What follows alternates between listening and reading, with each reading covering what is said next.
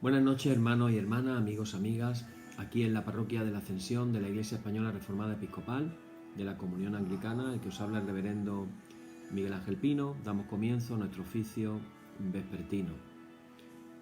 Como cada noche, siempre planteando nuestras intenciones de oración, hablando de cómo van las cosas. Parece que está bajando finalmente la tercera ola del coronavirus. Ha bajado ya del nivel crítico en el que estaba, parece que está bajando en otros países, pero surgen nuevas cepas de las que hay que tener cuidado. Como siempre, compartir, que tengamos paciencia, sigamos teniendo paciencia hasta llegar a la vacunación, que sería para las personas la llegada al final del túnel, poderse vacunar. Pero tenemos que seguir teniendo paciencia porque surgen nuevas cepas, surgen nuevos contagios y el contagio puede surgir en cualquier momento, así que tengamos paciencia. Estamos, hermanos, recordaros en el tiempo litúrgico de la Cuaresma, y imaginaros como que estuviéramos recorriendo un camino, como cuando se hace una peregrinación, por ejemplo, los peregrinos que van a Santiago de Compostela y saben que van a recorrer ese camino en X días, y entonces dicen, pues tal día vamos a recorrer 15, 20 kilómetros andando y vamos a llegar de tal pueblo a tal ciudad, etcétera, ¿no? Hasta que se cumple el objetivo final, que llegan al sitio donde querían llegar. Nosotros estamos ahora mismo en este tiempo de liturgia de Cuaresma en un camino donde cada día es como que vamos llegando a algún sitio. Hemos elegido reflexionar el Evangelio de Mateo en este camino. Hoy estaremos hablando acerca del bautismo de Jesús y reflexionando acerca de la enseñanza que podemos encontrar para aplicarla a nuestras propias vidas. Y nuestra intención de oración, hermanos, es que podamos recorrer este camino con una actitud de conversión, con una actitud de volvernos a Dios. No quiere decir que estemos alejados de Dios. Volvernos a Dios es salir un poco de la rutina en la que estamos diaria y poner una intencionalidad de querer estar más cerca de Dios. Y eso es lo que vamos a orar en esta noche en nuestra intención de oración.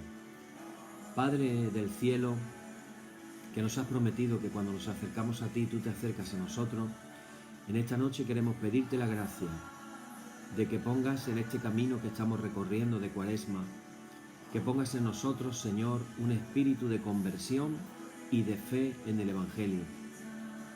Que podamos dar respuesta positiva a las primeras palabras de Jesús cuando dijo: arrepentíos y creed en el Evangelio. Padre, concédenos la gracia del arrepentimiento, de la conversión y de la fe en el Evangelio. En el nombre de Jesús. Amén. Bien, hermanos, pues así comenzamos con nuestra liturgia en esta noche y decimos: en el nombre de nuestro Señor Jesucristo sea luz y paz. Amén.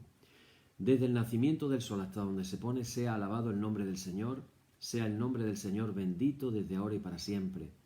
Oh Dios, cuyo nombre es bendito, desde la salida del sol hasta su ocaso, llena de conocimiento nuestros corazones y abre nuestros labios en tu alabanza, para que como eres bendito con el debido honor por todos los siglos, así seas alabado de oriente a occidente, por todas las naciones. Amén. Por tu misericordia, oh Dios nuestro, que eres bendito y vives y gobiernas todas las cosas por los siglos de los siglos. Amén. Decimos el número 1 de nuestra liturgia, que dice: el Señor está en su santo templo, calle delante de él toda la tierra. Oíd el resumen que nuestro Divino Maestro ha hecho de los mandamientos de Dios. Amarás al Señor tu Dios con todo tu corazón y con toda tu alma y con toda tu mente. Este es el primero y el grande mandamiento. Y el segundo es semejante a este: amarás a tu prójimo como a ti mismo. De estos dos mandamientos pende toda la ley y los profetas. Y a nosotros, discípulos suyos, nos ha dado Jesús un mandamiento nuevo diciendo: este es mi mandamiento, que os améis los unos a los otros como yo os he amado.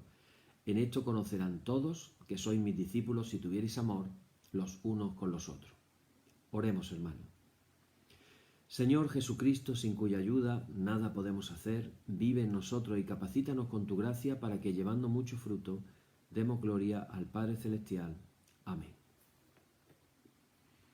Hermanos muy amados, reconociendo con sinceridad cuán lejos estamos de haber cumplido fielmente la voluntad del Señor, venimos ahora con humildad a su presencia y con un corazón contrito, confesemos todas nuestras faltas y pecados con la seguridad de que Él oye nuestras oraciones.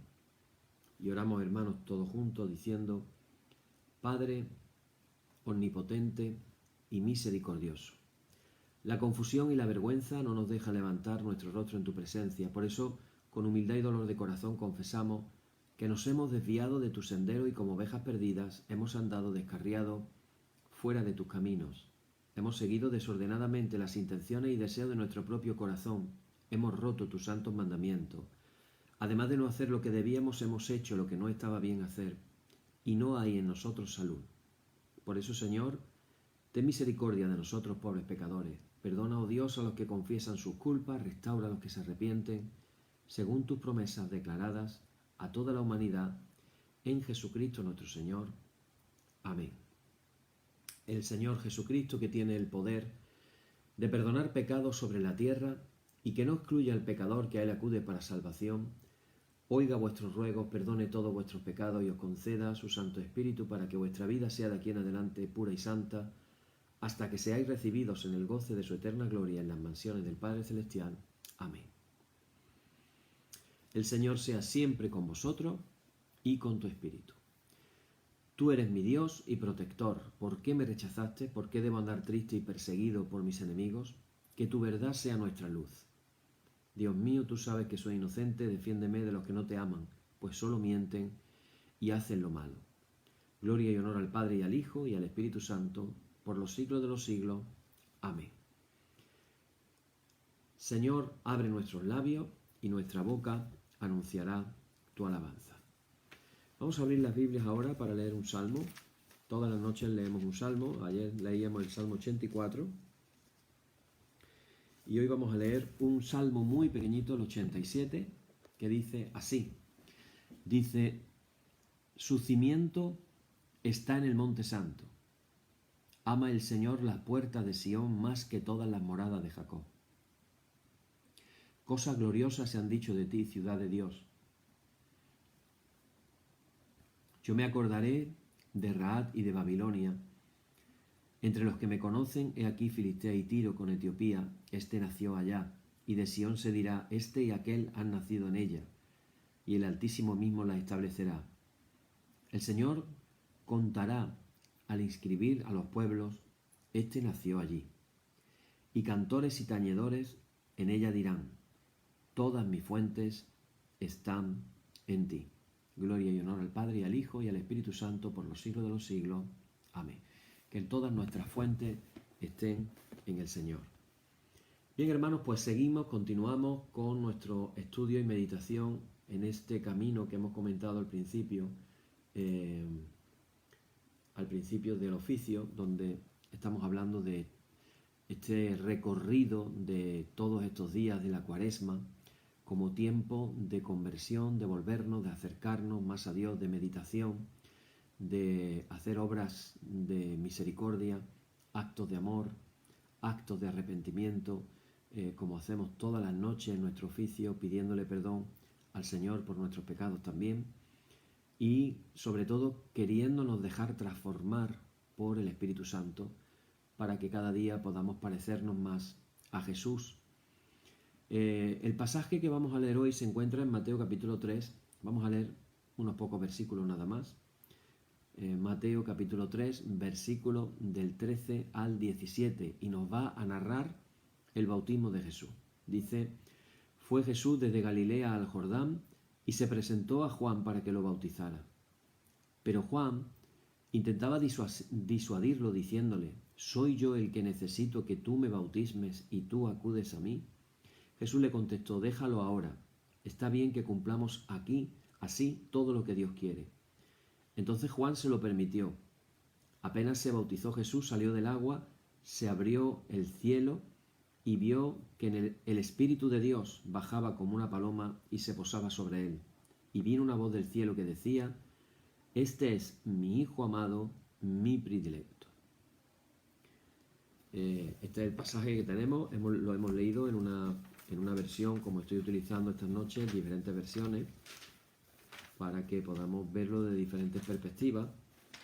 Y voy a leer en la versión de la Reina Valera, voy a leer capítulo 3, repito, del 13 al 17.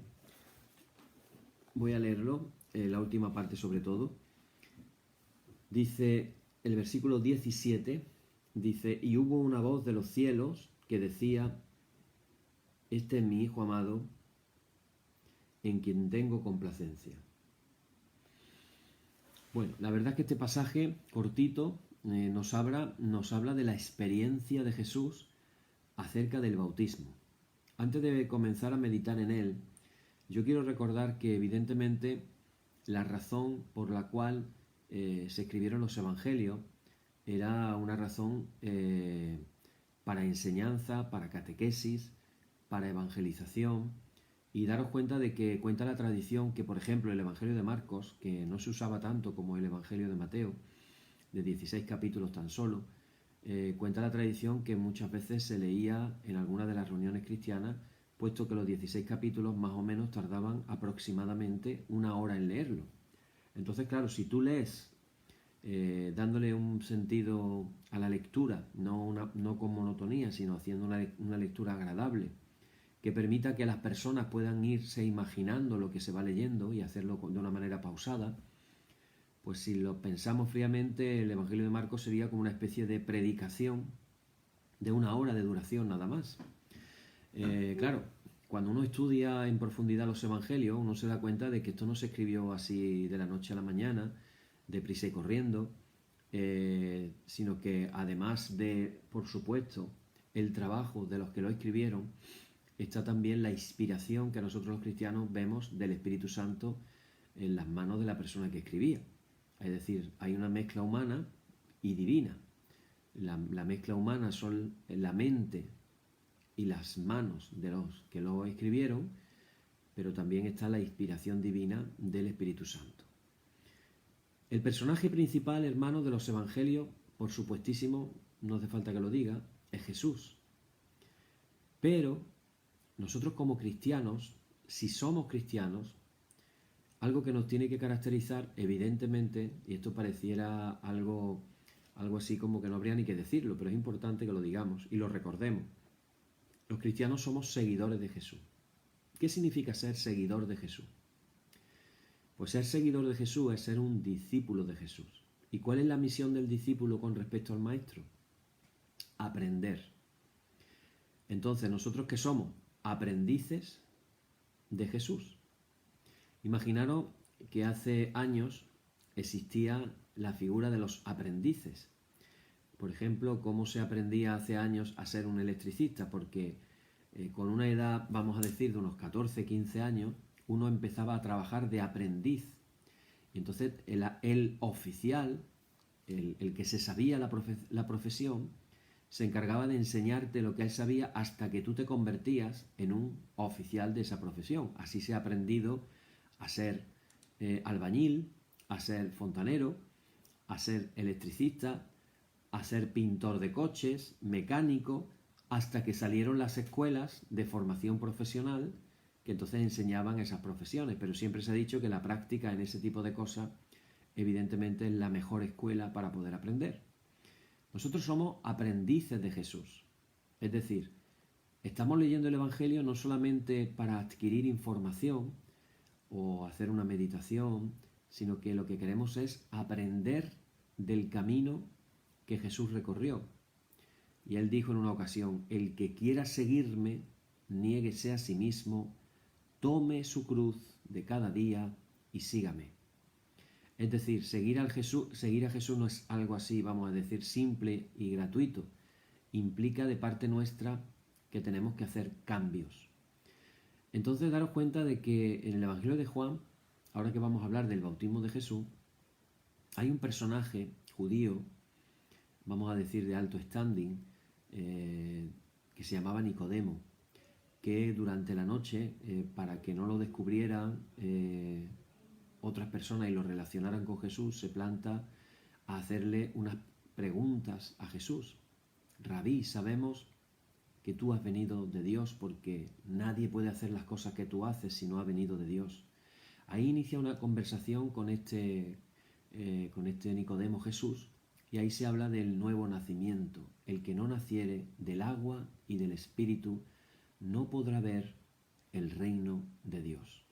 Eso lo decía Jesús a un alto dignatario judío ante las preguntas que le estaba haciendo. Pero en el pasaje de hoy vamos a ver la experiencia de Jesús de su propio bautismo. Entonces, ¿por qué estoy haciendo esta introducción que parece un poquito larga, pero creo que merecerá la pena? Hago esta introducción porque el punto es que lo que Jesús vive, lo que Jesús enseña, lo que Jesús hace, nosotros necesitamos aprenderlo para duplicarlo, es decir, para que se haga carne en nuestra carne. Y aquí vamos, en estos pequeños versículos, vamos a reflexionar algunas cosas acerca de esta experiencia tan importante para Jesús. Y ahora después vamos a ver por qué tan importante. Hablar del bautismo de Jesús nos va a enseñar y nos va a recordar nuestro propio bautismo. Y ojalá que esta noche nuestra oración última pueda ser finalmente una renovación de nuestro bautismo. Entonces hemos dicho al principio que estamos recorriendo un camino y que en ese camino vamos parándonos en ciertos lugares. Entonces el día 1 vamos a recorrer 10 kilómetros desde aquí hasta aquí.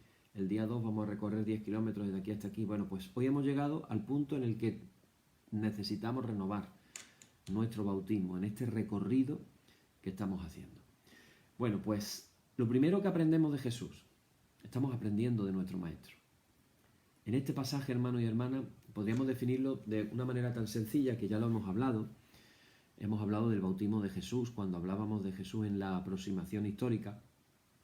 Lo primero que aprendemos de Jesús, hermanos y hermanas, y la verdad es que es muy bonito lo que vamos a ver esta noche, es que Jesús experimenta a Dios como Padre.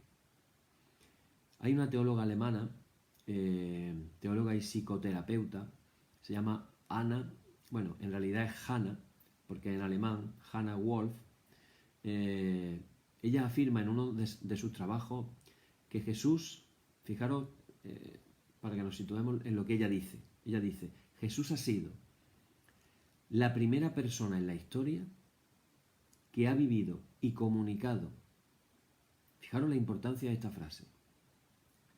La primera persona en la historia que ha vivido y comunicado una experiencia sana de Dios, sin proyectar sobre la divinidad los miedos, fantasmas y ambiciones de los mismos seres humanos. En los evangelios, hermanos, se nos habla de esta experiencia inicial en la que Jesús va a escuchar unas palabras del cielo diciendo, tú eres mi hijo amado, o tú eres mi hijo querido, o dicho también, este es mi hijo amado, como hemos leído en la Reina Valera del 60. Jesús vive y siente a Dios como su Padre. Y esto es un dato que sorprende a los exégetas, a aquellos que se dedican a la interpretación bíblica. Fijaros por qué sorprende. Porque pareciera que hubiera algo así como una contradicción. Para Jesús, Dios es su Padre. Sin embargo, el mensaje de Jesús, de lo que habla Jesús constantemente, es del reino de Dios. El reino de Dios como el símbolo central de su mensaje. Y hablando y siendo el símbolo principal del mensaje, el reino de Dios, nunca se refiere a Dios ni le invoca como Rey o Señor. No sé si nos estamos dando cuenta de la profundidad de esta cuestión. Jesús habla sobre todo acerca del reino de Dios. Pero a ese Dios no le habla como Rey. Le habla como su Padre. Y para ser más concretos todavía, encima lo dice en el tono de la primera palabra que aprenden los niños en Israel cuando dicen Abba, papaíto, papá, o amá, mamá o mamaíta, o mamita, como dirían los latinos. Así que Jesús no se presenta ante Dios como lo haría un súbdito ante el emperador Tiberio, o un Galileo ante el tribunal de Antipas, Herodes Antipas. Él se confía al misterio de Dios como un hijo querido. Esa es, hermanos y hermanas, esa debería de ser la primera actitud cristiana ante Dios. ¿Quién es Dios para nosotros? ¿Quién debería ser Dios para nosotros? Dios es nuestro Padre, el Padre de todos. Cuando oréis, decid así. Cuando oréis, oración a Dios, dice: Padre nuestro que estás en el cielo. Esa es la primera actitud cristiana ante Dios. Esta experiencia de Dios como Padre querido no le encierra a Jesús en una piedad individualista y excluyente. De hecho, Jesús habla de Dios como el Padre de todos los pueblos, el Padre cariñoso de todas sus criaturas. Jesús lo llama el Padre del cielo, porque no está ligado ni a un lugar sagrado, como le decía aquella mujer samaritana en aquel pozo de Siquem, diciendo: los samaritanos adoramos en el monte tal y vosotros adoráis en el monte cual. Y Jesús dice, ha llegado la hora que los verdaderos adoradores adorarán a Dios en espíritu y en verdad. Así que ese Padre de Jesús del cielo no está ligado ni a un lugar sagrado, ni pertenece a un pueblo concreto o a una raza concreta. Fijaros qué curioso que en los tiempos de la esclavitud de los negros en Estados Unidos, yo no sé si sabíais este dato, los negros se iban convirtiendo al cristianismo, y ¿sabéis lo que hicieron? Les fabricaron unas Biblias especiales para ellos, donde no apareciera la palabra esclavitud, donde no apareciera que Israel era esclavo en Egipto y fue liberado. Entonces les pasaron una Biblia con recortes para que ellos pudieran ser cristianos, pero siguieran siendo esclavos. Así no es la cosa, hermano. Esa no es la realidad. Dios es el Padre de todos, no es el Padre de un pueblo, los blancos frente a los negros. Y no cabe realmente ese Dios en ninguna religión. Dios es Dios de todo, incluso de los que le olvidan. Jesús lo decía muy claramente: el Padre hace salir su sol sobre buenos y malos, sobre justos e injustos. Desde ese horizonte universal es que vive Jesús a Dios. Tampoco se encierra Jesús en una experiencia egocéntrica de Dios. No lo busca para liberarse de sus miedos, compensar sus vacíos, desarrollar sus fantasías religiosas. Lo único que busca es que la justicia, la misericordia y la bondad de ese Padre se contagie a todos y la humanidad pueda conocer una vida más digna y más propia de hijos e hijas de Dios. Pero todavía tenemos algo más. El Dios que nos muestra Jesús no está interesado en un primer término en qué pensamos de Él o cómo lo experimentamos, sino en cómo nos comportamos con los que sufren. Vivimos realmente como hijos e hijas de Dios cuando reaccionamos como hermanos ante quienes no pueden disfrutar de una vida digna. Esto nos recuerda un pasaje que ya hablaremos de él más adelante en el mismo Evangelio de Mateo, que se encuentra en Mateo capítulo 24 y habla de, 25 versículo 31, dice: cuando el Hijo del Hombre venga en su gloria y todos los santos ángeles con él, entonces se sentará en el trono de su gloria y serán reunidas delante de él todas las naciones, y apartará los unos de los otros como aparta el pastor las ovejas de los cabritos, y pondrá las ovejas a su derecha y los cabritos a su izquierda. Entonces el rey dirá a los de su derecha: venid, benditos de mi Padre, heredad del reino preparado para vosotros desde la fundación del mundo, porque tuve hambre y me disteis de comer, tuve sed y me disteis de beber, fui forastero y me recogisteis, estuve desnudo y me cubristeis, enfermo y me visitasteis en la cárcel y vinisteis a mí. Es decir, Dios está interesado, como acabo de decir, no tanto en lo que pensemos de Él, lo que experimentemos, sino en cómo nos comportamos con los que sufren. Y esto nos lleva a otra cuestión, y es el Espíritu bueno de Dios. Jesús no es un hombre vacío ni disperso interiormente. Él no actúa por aquellas aldeas de Galilea de manera arbitraria, no se mueve por cualquier interés. Los evangelios lo dejan claro desde el principio, que Jesús vive y actúa movido por el Espíritu de Dios. Y no quieren que se le confunda ni con un maestro de la ley preocupado por introducir normas y orden en el comportamiento de Israel. No quieren que se le identifique con un falso profeta dispuesto a buscar un equilibrio entre la religión del templo y el poder de Roma, como pasaba con los falsos profetas de esa época. Los evangelistas, además, ni siquiera quieren que se le compare con el Bautista, con Juan el Bautista, que nadie lo vea como un simple discípulo y colaborador de aquel gran profeta del desierto. Por eso, cuando Juan el Bautista lo bautiza, porque Jesús se lo pide, se presenta a Jesús como el Hijo de Dios amado, sobre el cual va a descender el Espíritu de Dios en forma de paloma, y que solo Él, Jesús, es el que podrá bautizar con Espíritu Santo. Según cuenta la tradición bíblica, el Espíritu de Dios es el aliento de Dios, el que crea y el que sostiene la vida entera. Recordemos aquellos pasajes de los primeros versículos del pasaje del capítulo 1 de Génesis, cuando dice: en el principio creó Dios los cielos y la tierra se volvió desordenada y vacía. Y ahora dice: y el Espíritu de Dios se movía sobre la faz de las aguas. Entonces dijo Dios: hágase la luz. Y la luz se hizo. El Espíritu Santo moviéndose sobre la faz de las aguas. Y entonces comienza la creación.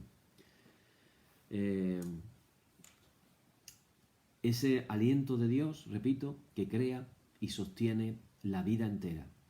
La fuerza que Dios posee para renovar y transformar a los vivientes. Esa energía amorosa que va a buscar siempre lo mejor para sus hijos y para sus hijas. Por eso Jesús se siente enviado no a condenar o a destruir o a maldecir, sino a sanar, a construir y a bendecir. El Espíritu de Dios lo conduce a potenciar y a mejorar la vida. Lleno de ese Espíritu bueno de Dios, Jesús se va a dedicar a liberar a la gente de espíritus malignos que no hacen sino dañar, esclavizar y deshumanizar. Recordar aquel versículo que dice que Él, por el Espíritu de Dios, ha venido a liberar a los esclavos del diablo. Por el Espíritu de Dios, Él podía hacer las liberaciones de demonios. Recordamos aquel pasaje del Evangelio de Juan que dice, porque cuando habla de Jesús como el buen pastor y habla del ladrón, la figura del ladrón es el diablo. El ladrón no ha venido sino a robar, matar y destruir. Yo he venido para que tengan vida y vida en abundancia. Las primeras generaciones de cristianos tuvieron, hermanos y hermanas, súper claro lo que había sido Jesús. Hay un pasaje maravilloso que yo lo voy a leer, se encuentra en Hechos de los Apóstoles, capítulo 10, versículo 38. Lo dice el apóstol Pedro, creo, si no mal recuerdo. Hechos 10, 38. Pedro, para que os situéis cuando dice estas palabras, comienza en el capítulo 38 hablando de que había en Cesarea un hombre llamado Cornelio, que era centurión de la compañía llamada La Italiana. Hay algunos estudiosos que dicen que esa compañía, La Italiana, se correspondería con la Itálica. Itálica es la ciudad que está a las afueras de Sevilla, que se habla de que era un lugar de retiro de los militares romanos, sobre todo de alto cargo, que debido a las buenas temperaturas en las que se vivía aquí, en donde vivimos nosotros en Sevilla, pues habían construido una ciudad de recreo, que es Itálica, con su teatro, etcétera, su circo romano, etcétera, etcétera, ahora diríamos como un resort de estos tipos vacacional, y hay estudiosos que dicen que esta compañía, la italiana, era la Itálica, relacionada con... y hablan de que Cornelio pudiera haber sido el que trajo el cristianismo a España por primera vez, a través de Itálica. Bueno, ahí está este hombre, y este hombre era un piadoso, un temeroso de Dios, y Dios se manifiesta a él y le llama para que vaya en busca de Pedro. Pedro resulta de que dice que subió a la azotea para orar cerca de la hora sexta. Recordar que los judíos tenían unas horas claves para orar. Tuvo gran hambre, quiso comer, pero mientras le preparaban algo le sobrevino un éxtasis, y ahí tiene una revelación. Total, que al final del caso van los enviados de Cornelio a recoger a Pedro. Ellos eran gentiles. Pedro, por orden de Dios, se va con ellos y les predica en la casa. Y este texto bíblico que yo voy a leer ahora, este versiculito, 2 versículos voy a leer, es parte de lo que dice Pedro en esa casa en la cual, mientras está hablando, en el versículo 44 lo dice, cae el Espíritu Santo sobre todos los que oían el discurso.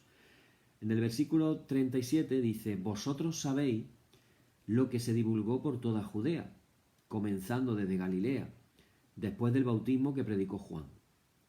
Y este es el versículo, dice: cómo Dios ungió con el Espíritu Santo y con poder a Jesús de Nazaret, y cómo éste anduvo haciendo bienes y sanando a todos los oprimidos por el diablo, porque Dios estaba con él. Ahí habla de ese Espíritu de Dios que estaba con él. Y tenían muy claro las primeras generaciones lo que había sido Jesús. Alguien en el cual Dios estaba con él, ungido con el Espíritu Santo y con poder, y haciendo bienes. Estas 2 palabras me encantan. Jesús se pasó su vida haciendo bienes, haciendo el bien. Claro, esto nos lleva a una pregunta en nuestra reflexión en esta noche, hermanos, y es: ¿qué espíritu es a día de hoy el que nos anima a los seguidores de Jesús? ¿Cuál es la pasión que mueve a su iglesia? ¿Cuál es la mística, la espiritualidad que hace vivir y actuar a nuestras comunidades? ¿Qué es lo que estamos nosotros como iglesia poniendo en el mundo? Jesús andó haciendo el bien. ¿Qué estamos haciendo la iglesia en el mundo? Si el Espíritu de Jesús está en nosotros, viviremos sanando a oprimidos, deprimidos o reprimidos por el mal. Esa es la realidad. Y si eso no está pasando, necesitamos pedirle al Padre que venga ese Espíritu sobre nosotros. Y esto nos lleva a lo que para Jesús fue una experiencia personal, de la que nosotros podemos aprender y de la que nosotros podemos imitar. Por eso hablaba desde el principio, aprender de nuestro Maestro. Porque, hermano y hermana, este encuentro con Juan el Bautista sería para Jesús una experiencia radical que daría un giro a su vida. Fijaros qué curioso. Después de que Jesús se bautiza en el Jordán, Jesús ya nunca vuelve a su trabajo de Nazaret. ¿En qué trabajaba Jesús? Bueno, pues él fue en su época aprendiz. Su padre le enseñó la profesión de carpintero, de teknos en griego, que es un poquito más que carpintero. Es casi constructor, digamos, ¿no? Jesús ya no vuelve ya a su trabajo de Nazaret ni a su casa, pero tampoco se queda con el movimiento del Bautista. Recordar que por un tiempo el Bautista, hasta que lo apresaron, siguió con su ministerio profético, mientras que Jesús también empezó el suyo. La vida de Jesús a partir de ese bautismo se va a centrar en un único objetivo, que no es otro que gritarle a todos la buena noticia de que un Dios, o de un Dios mejor dicho, quiere salvar al ser humano. Esa es la buena noticia.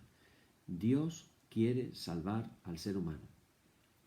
Ahora, está claro que lo que va a transformar la trayectoria de Jesús no van a ser las palabras que escucha de labios del Bautista, ni siquiera el rito purificador del bautismo. que dicho sea de paso, Jesús no lo necesitaba, simplemente lo hizo por una cuestión más bien de obediencia. Jesús vive algo más profundo. Se siente inundado por el Espíritu del Padre. Se reconoce a sí mismo como el Hijo de Dios. Su vida consistirá, de ahí en adelante, va a consistir en irradiar y en contagiar ese amor maravilloso, insondable, perfecto, infinito, y todos los adjetivos que le queramos poner al amor de Dios, a ese amor de su Padre. Y esa experiencia de Jesús, en su bautismo, hermanos y hermanas, encierra también un significado para nosotros. Y tenemos que descubrirlo. Y tenemos que recorrer ese camino que Jesús recorrió. Y estamos hablando de que, a ejemplo de Jesús, la fe es un itinerario personal que cada uno hemos de recorrer. Es muy importante, sin duda, lo que hemos escuchado desde niños a nuestros padres y educadores. Es importante lo que oímos a los predicadores, a los pastores, a los guías espirituales, pero al final siempre tendremos que hacernos una pregunta personal, y no es otra de que ¿en quién creo yo? ¿Creo en Dios?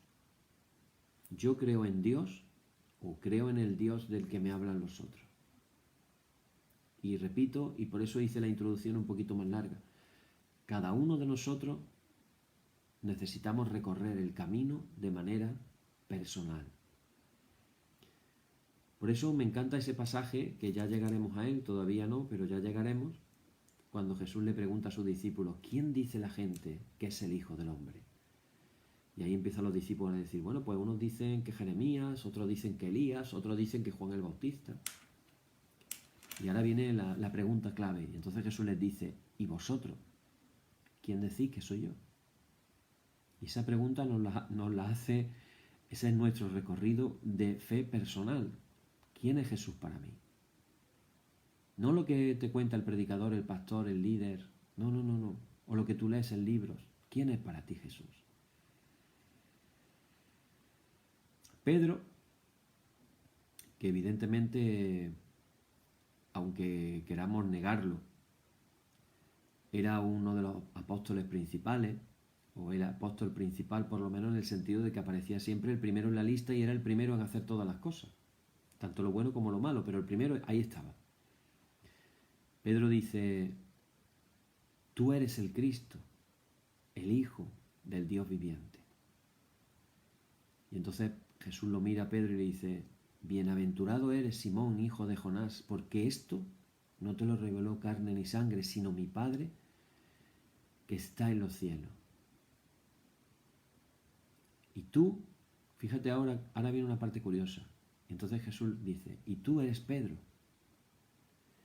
Es decir, cuando nosotros acertamos a decir quién es Jesús, es que nos encontramos a nosotros mismos. Entonces aparece la vocación, la llamada, la razón de ser de nuestra propia vida. Pedro no se llamaba Pedro, se llamaba Simón, hijo de Jonás, o sea, Simón Bar Jonás, así se llamaba. Pero Jesús dice, Simón, eso no te lo ha revelado carne ni sangre, sino mi Padre que está en los cielos. Y tú eres, ahora fíjate, cambia, tú eres Pedro, y sobre esta piedra edificaré mi iglesia, y las puertas del Hades no prevalecerán contra ella. Y a ti te daré las llaves. Por eso está la gracia esa de Pedro en la puerta del cielo con las llaves, dejando entrar, o no, a la gente. Eso ya es otro tema. Entonces, ¿qué ocurre, hermano? Tenemos que recorrer nuestro propio camino espiritual. Jesús lo tuvo que recorrer por su cuenta. Jesús tuvo que ir a bautizarse. Por eso dice, es necesario que yo haga esto. Le dice a Juan el Bautista, es necesario que yo haga esto. Es necesario que todos pasemos por un itinerario de fe, por un camino personal. No hemos de olvidar que la fe es siempre, hermanos y hermanas, una experiencia personal que no se puede nunca reemplazar por una obediencia ciega a lo que nos digan los otros. Esto suena un poquito rebelde, lo que estoy diciendo. Es como decir, no le vamos a hacer caso a los otros, no. Otro día hablaremos de lo que es la obediencia y obedecer a los superiores, etc. Pero ahora hablamos de la fe, de cada uno personal. Desde afuera nos pueden orientar hacia la fe, pero soy yo quien tengo que abrirme a Dios de una manera confiada. Por eso la fe no es algo que consista solamente en aceptar sin más un determinado conjunto de fórmulas o de doctrinas. Ser creyente no depende primordialmente del contenido doctrinal de una determinada iglesia. Es importante, sin duda, para que se pueda configurar nuestra visión cristiana de la existencia. Pero antes que eso, y dando sentido a todo eso, está la dinámica interior que desde dentro nos lleva a amar, a confiar, a esperar siempre en el Dios revelado en Jesucristo. Esta fe no está hecha solo de certezas. A lo largo de la vida, el creyente vive muchas veces en la oscuridad. Recordaros al místico español San Juan de la Cruz del siglo XVI, que habló de la noche oscura del alma. La noche oscura, así describió la crisis de fe. Aunque ande en valle de sombra de muerte, no temeré mal alguno, porque tú estarás conmigo. Tu vara y tu callado me darán aliento. Pero hay una noche oscura. Hay veces, demasiadas veces diría yo, que podemos vivir la oscuridad. Hay un teólogo, Romano Guardini, que decía la siguiente frase, que creo que es muy bonita. Ojalá, si nos quedáramos con eso para toda esta noche, sería suficiente. Este hombre decía, fe es, fijaros qué frase más bonita, fe es tener suficiente luz como para soportar las oscuridades. Fe es tener suficiente luz como para soportar las oscuridades. La fe, hermanos y hermanas, está hecha sobre todo de fidelidad. En hebreo, emuná. Fe, fidelidad, verdad. Todo eso significa la palabra hebrea emuná.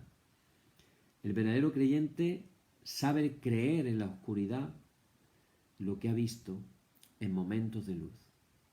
Es como cuando se pone todo nublado y nosotros sabemos que el sol está ahí, aunque no lo veamos, porque lo hemos visto sin nubes en otras ocasiones.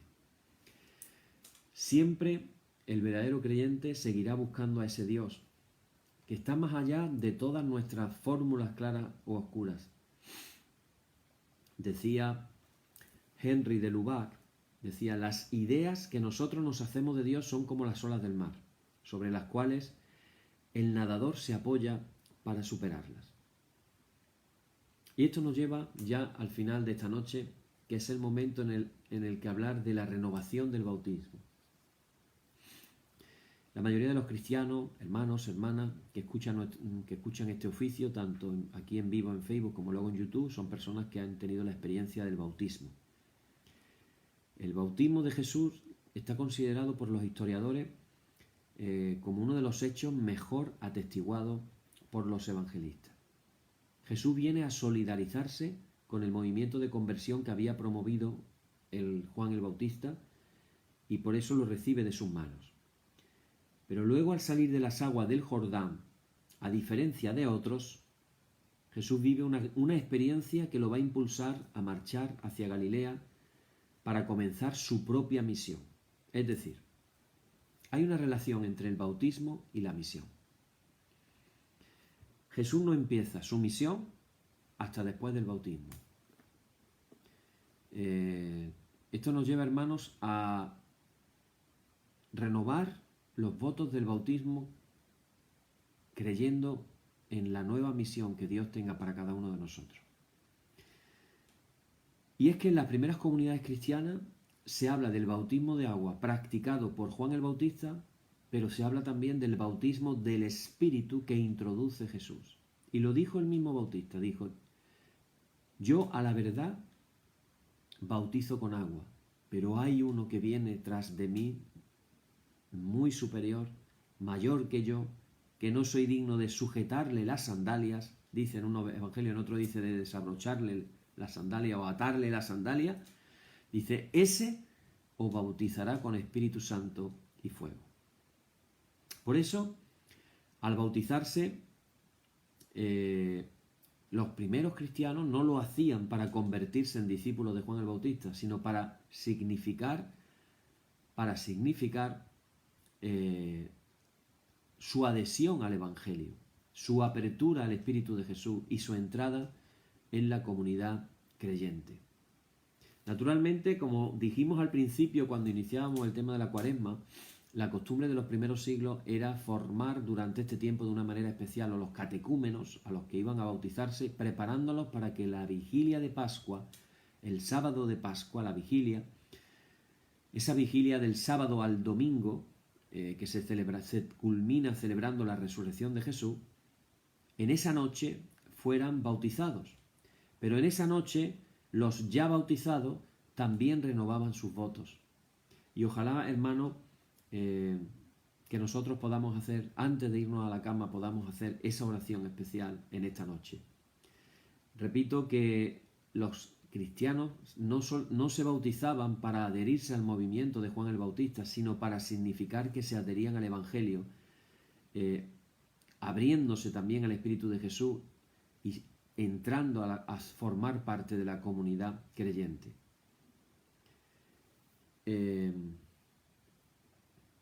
Esto nos lleva ya a las últimas palabras en esta noche, que tienen que ver con que escuchemos nuestra propia vocación. Lo cierto y verdad es que hemos leído 3 o 4 versículos nada más, porque los relatos evangélicos no se detienen demasiado en describirnos ese bautismo. Dan más importancia a la experiencia vivida por él en aquella hora, determinante para su actuación futura. Es muy simbólico y muy significativo que se abran los cielos. Abrirse los cielos implica bendición de manera, vamos a decir, superabundante. Por eso el profeta Malaquías dice, y se abrirán los cielos sobre vosotros, y derramaré mis bendiciones. Entonces, para el mundo judío, abrirse los cielos significaba derramamiento de bendición superabundante.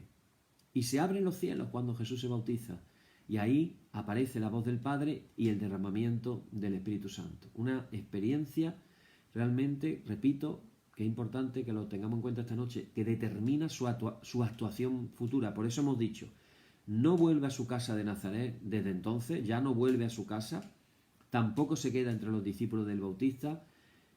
Animado por el Espíritu, impulsado por el Espíritu, va a comenzar una vida nueva totalmente entregada a ese servicio de misión evangelizadora que Jesús como profeta realizó en la tierra. Todo a partir del bautismo. Así que podemos decir que la hora del bautismo ha sido para Jesús ese momento privilegiado en el que ha experimentado su vocación profética. Ha sido consciente de vivir completamente poseído por el Espíritu del Padre, escuchando la llamada a anunciar a sus hijos y a sus hijas un mensaje de salvación. Escuchar la propia vocación de cada uno de nosotros no es asunto de un grupo de hombres y mujeres llamados a vivir una misión privilegiada. Hermanos, esto es importante también que lo sepamos en esta noche. Acordaros que me encanta decir la verdad de la palabra de Dios. Y esto es muy importante. Tarde o temprano, todos nos tenemos que preguntar, ¿cuál es la razón última de nuestro vivir diario y para qué comenzamos un nuevo día cada día que nos amanece? No se trata de descubrir grandes cosas, pero sí que podamos saber que nuestra pequeña vida puede tener un sentido para los demás y que nuestro vivir diario puede ser vida para alguien. No se trata tampoco de escuchar un día una llamada definitiva. El sentido de la vida hay que descubrirlo a lo largo de los días, de los meses, de los años, mañana tras mañana. En toda vocación siempre habrá algo de incierto, siempre necesitaremos una actitud de búsqueda, de apertura, de disponibilidad. Y solo en la medida en que nos hagamos disponibles ante Dios, Él nos hablará. Y esto nos lleva al punto que estamos hablando todas las noches. Hermanos, pongámonos en oración, en contemplación, delante del Señor. en ese tiempo que estoy hablando de estar en silencio y solamente diciéndole con nuestra mente al Señor, Señor, aquí estoy, háblame, ¿qué quieres que yo haga? Así. Sencillo, ¿verdad? Y quedarnos en silencio en la presencia del Señor. Quedarnos quietos, quedarnos en silencio, quedarnos en quietud, llenar nuestros pulmones de aire, relajarnos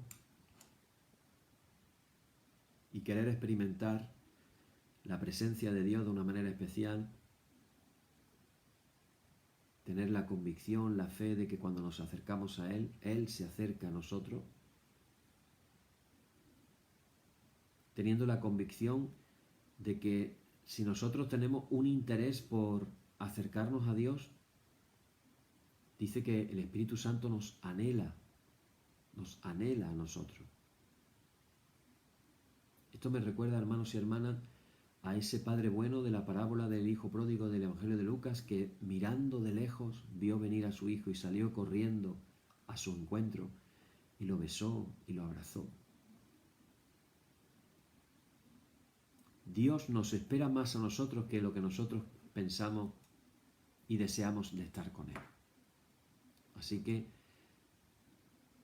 como cristianos, podemos tener una esperanza que no defrauda. Esta frase se la escuché a un presbítero. La esperanza que no defrauda. Qué verdad tan grande. Podemos tener esperanza en Dios sabiendo que no vamos a salir defraudados. Hermano, imaginémonos este bautismo de Jesús. Esos cielos abriéndose y esa voz del cielo tremenda, este es mi Hijo amado, en Él tengo complacencia. O como hemos leído, mi Hijo preferido. Es verdad, Jesús es el Hijo preferido del Padre. Y la Biblia nos enseña que Jesús es el primogénito de muchos hermanos. Y esos hermanos somos tú y soy yo. Y hermanos, sigamos el ejemplo de Jesús. En esta noche, antes de acostarnos, podamos orar. Padre, concédenos la gracia de renovar el voto del bautismo. Concédenos la gracia de que podamos experimentarte de una manera más profunda que tú eres nuestro Padre. Que podamos experimentar cómo tú te complaces en nosotros como hijos tuyos. Que podamos experimentar el derramamiento del Espíritu Santo sobre cada uno de nosotros. Y que esa experiencia nos lleve a quererlo amar más, a quererlo servir más, a querer convertirnos en instrumentos útiles en sus manos. A esto nos lleva todo esto que hemos compartido. Vivimos con frecuencia un ritmo de vida, trabajo, ocupaciones, que nos aturde, nos deshumaniza, nos distrae. Nos pasamos la vida haciendo un montón de cosas, pero ¿sabemos realmente exactamente para qué y por qué? Nos movemos constantemente de un lado para otro, pero ¿sabemos hacia dónde caminar? Escuchamos muchas voces, consignas, llamadas, mensajes, ideas, filosofías, pero ¿somos capaces de escuchar la voz del Espíritu que nos está invitando a vivir con fidelidad la misión nuestra de cada día? Hermanos y hermanas, abramos nuestros oídos espirituales a lo que Dios Padre, que nos ama tanto, nos quiere decir. Amén. Señor, santifícanos en tu verdad, tu palabra es la verdad. Amén. Y vamos ahora a hacer la oración que nuestro Maestro, que tiene palabras de vida eterna, nos enseñó a decir. Padre nuestro que estás en los cielos, santificado sea tu nombre, venga tu reino, hágase tu voluntad como en el cielo, así también en la tierra. El pan nuestro de cada día, dánosle hoy y perdónanos nuestras deudas, así como nosotros perdonamos a nuestros deudores. Y no nos dejes caer en la tentación, mas líbranos del mal. Amén. Líbranos del mal y confírmanos en tu temor con toda obra buena, oh Trinidad, Dios nuestro, que eres bendito y vives y gobiernas todas las cosas por los siglos de los siglos. Amén.